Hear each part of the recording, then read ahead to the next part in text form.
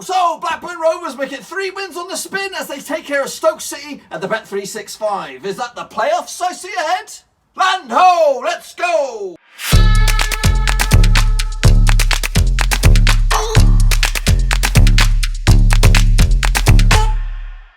Right, folks, back once again with another match review. This time we're taking part Blackburn Rovers up against Stoke at the Bet365, and we'll talk about that in just 1 second. If you're new to the channel, make sure you smash the old subscribe button, keep your bang up to date with all things Blackburn Rovers related, championship related. Whoa, football, we're going to go here.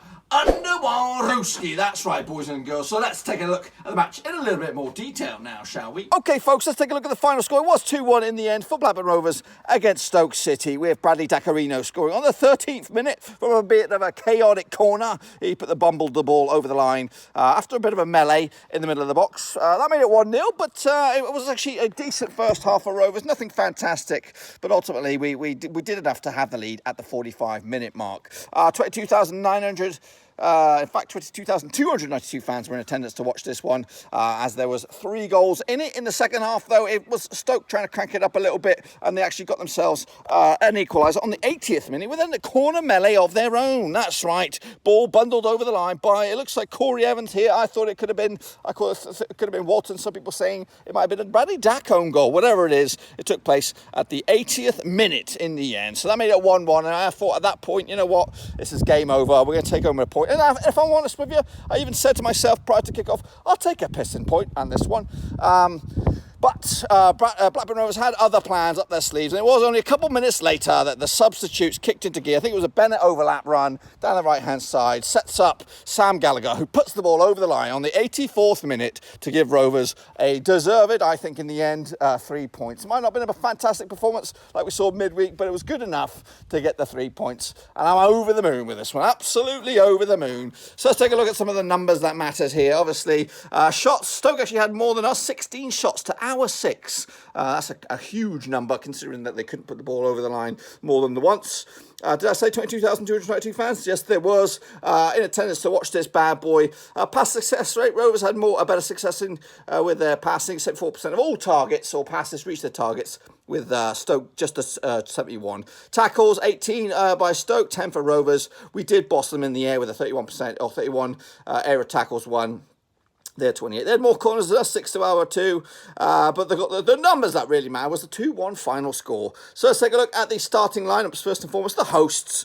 They had Butler between the sticks, Ward, Indy, Bath, and Carter's Vickers at the back 4, with Clucas, Woods, Allen in a midfield trio, with McLean on the left, Ince down the right, and Vokes up top. Ex-Dingle extraordinaire with a 6-fingered banjo playing weirdo up top. As for Rovers, we had one between the sticks, Downing at left back, Lenihan at centre back, alongside Thompson and Barayo. Ryan Nayembi got the start for right back, and then it was Travis and Evans in midfield, who look absolutely boss at the moment. They look very good, and they seem to bounce off of each other. It seems to could be the new midfield dynamo that we've been missing, this dream team. Again, the games come thick and fast, and the option to have the flexibility to maybe bring in a John Buckley, a Bradley Johnson, play Elliot Bennett in there. Even Richard Smallwood's not even getting any game time. Jacob Davenport's also knocking on the door now, scoring goals and playing games for the under-23s. Chapman's getting close. Gladwin just started recently. Dominic Samuel's scoring goals as well. So the numbers are going to get better for Rovers as the games come thick and fast into this festive period.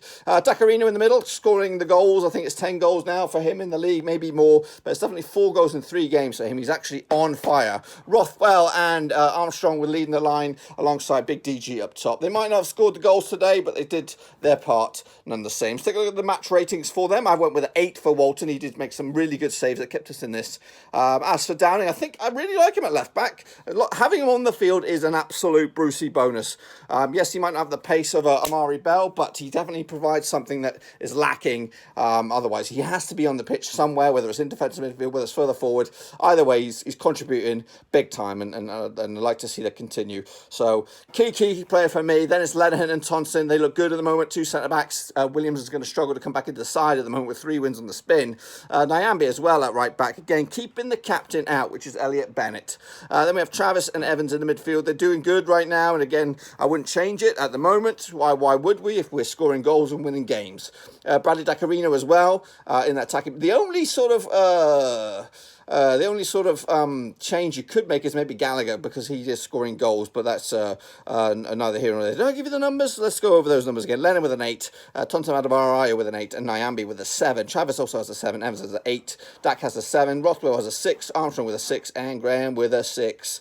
Let's take a look at the numbers that matter, extra ones here. Here's the shots on the field here. We've got 687 touches for Rovers. We did boss possession. We had more of it. Where does the possession? It does say, says it on here somewhere. We'll take a look at that in a minute. But we had 687 touches. They had 627. We had actually 525 passes compared to their 422. As for dribbles, we were more successful with our dribbles, 11 to their 7. And again, but they did boss with the shots, 16 to our 7. And as you can see, they also had 7 off target, 4 on target. We actually had, out of the 7 shots, 5 on target, which is a good number for us for a change. What else have we got? We've got the heat maps. If you're a heat map man just like me, this is what you're going to take a look at. The zones that was more dominant for us, actually coming down that right-hand side with Ryan Nyambe. It seemed to be our key area for us. Walton was the busier of the 2 keepers, albeit they didn't actually pick up the victory. So it was good result for Rovers. This one. It's going to push us up the table, and we'll take a look at those tables in just 1 second. So you heard a little bit what I had to say about the match. What did the gaffer have to say shortly after the final whistle? Here's his thoughts and opinions about the big win. Well, delighted with the points. I think it was I think we controlled first half pretty well. I think we played as we wanted to. We were decent with the ball. We kept it at times. I think you could feel the anxiety in their stadium. And on the flip side of that, when they equalised, you could feel the power of their stadium as well, really. And it was, I think, their adrenaline of their players, they probably overcommitted a little bit trying to get a winner in that last 5-10 minutes and give us an opportunity to counter away, break and score the winner ourselves. So a good day for us, points all important. Performance level, you can see the shoots, as I said in the week, the shoots of a different team that can keep the ball a little bit better and break away. And just happy for the players, really. The players deserve some reward from all the work that they put in, week out on the training ground. It's not easy to change styles of play, not quite as direct as we might have been in the past, and just delighted that they're getting some rewards at the moment. Well, first and foremost, we're disappointed that they scored. They weren't creating chance after chance, and yet they had a bit of possession in our half, and they were putting a lot of high balls in. I thought Tossin and Lenihan were immense at heading the ball out today. We've had situations this year of a pretty direct team against us where we didn't head any balls out and we lost a game from being 2-0 up. So today they stood up and were counted and got the job done. I think we got our rewards. I think we deserved it. But yeah, I think I could sense the noise and the stadium was vibrating once they got back, and yet there'd been a lot of anxiety in the stadium for a lot of the game. I think their fans expect Stoke City to be get promotion back to the Premier League or having a real go at it, and yet they find themselves in the bottom 3. I'm sure they're really struggling with that, and yet when it's going well, you can feel a Premier League crowd right behind them, and I think they all have to stick together. It's not, I shouldn't be telling Stoke City fans what to do, but you could feel it today that when they equalised, the roof nearly came off the stadium, whereas for a lot of the game there was a bit of anxiety in their team. Quite a flat corner, just missed the first man. I think the goalie's punched it on the back of, I don't know whose head, Corey's or Bradley's head, and it's just dribbled in. It's a shocker, really, but doesn't matter standing here. We went down the other end and got the winner, and delighted for Sam, of course. And listen, they're going to enjoy their weekend now, and we will just prepare next week for another home game, and hopefully we can keep rolling. Yeah, listen, let's hope so. I don't want to, Lenihan and Williams kept 4 clean sheets out of 6 at the start of the season. It's but Adebayo, you can see, and I can see, he's a high quality class player, and whether he ever moves to the levels where he would hope to, let's wait and see. We're giving him an opportunity to show everybody his talents and how composed he is and how good he is with the ball and how he can make first contact on crosses and defend. He's got like spider legs, reminds me a bit of Gary Pallister 30 years ago with spider legs, really, that come from nowhere just to nick the ball away from attackers. So yeah, listen, let's hope so. And it's easy for me to stand here and say, oh, we lost all them games because Lenihan wasn't fit. But I would say to you, the personality of the footballers is what matters. When you've got leaders on a pitch, when you've got guys who've got it in their belly, they don't want even shots at our goal, never mind goals going in. And you see it every day in training. You need them people on the pitch. when days like today, and it goes 1-1 and the crowd are roaring, you need big personalities, you need characters, and if we were lacking them a little bit, and now we've got someone and it's helping the team. I think it was Bradley Dack who said to us yesterday, it's pointless winning 2 home games and then going away and losing, or winning 2, losing 2. That you need to go on a winning run. You've given yourselves an opportunity, a platform here, haven't you, with 3 in a row, and get the confidence levels up and go ahead to number 4. Yeah, let's hope so. I think that, Derby County at home, I'm not sure how they went today. It's an opportunity at home, because as I've said to you in the past, I think we can beat everybody and anybody at home, and we need to be positive, we need to be aggressive, we need to move the ball quick, we need to get the ball in the box, and hopefully the defenders keep their concentration levels as high as they are at the moment, and we can try and keep winning football matches. I heard a little bit what the gaffer had to say. What about the fans? What did they say on social media? Let's take a little look at what's been said on Twitter. Okay then, so Darragh Lennon, obviously the skipper for today.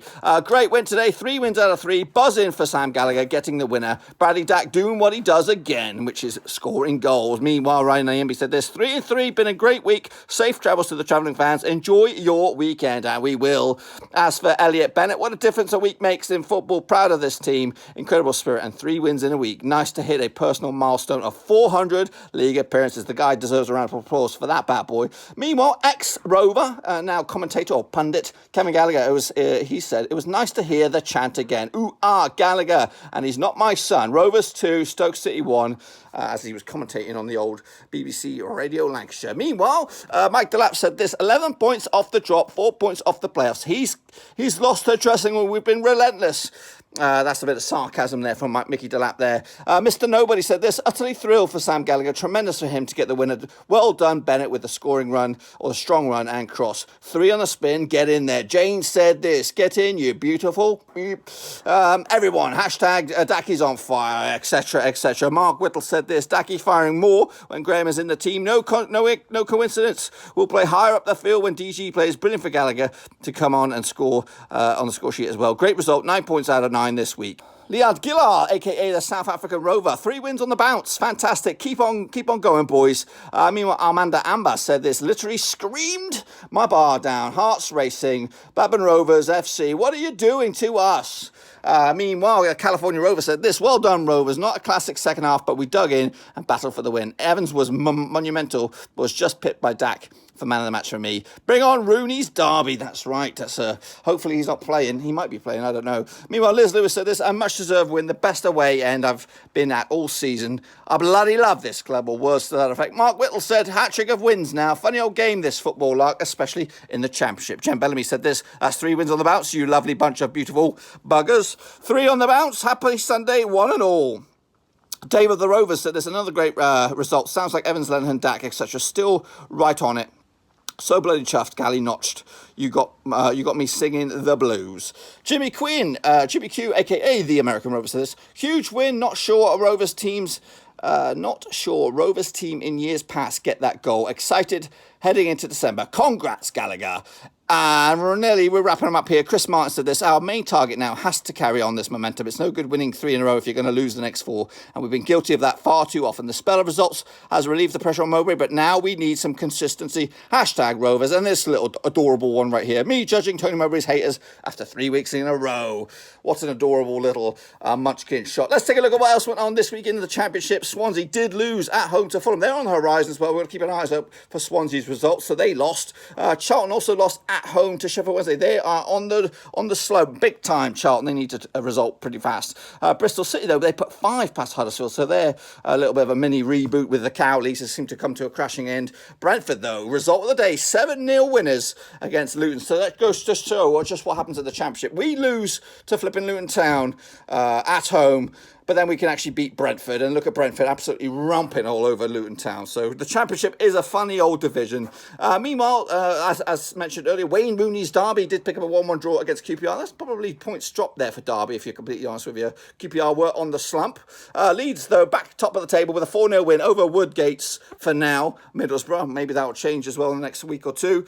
Birmingham 1, Millwall 1. Barnsley with a 3-1 win over Hull, and Hull were on fire as well. Barnsley picking up their first win with a new gaffer in charge. charge. And Wigan lost at home to Reading. Could be Cook on his way out. We'll have to wait and see. And Nottingham Forest 0, Cardiff City 1. Big result for Harris there against high-flying Nottingham Forest. Still to come, of course, it's Preston against West Brom. And then hopefully on Tuesday we'll have our next round of predictions live on the channel. We'll have to wait and see. This is what the table currently looks like at the moment. Leeds lead the way in first, West Brom second.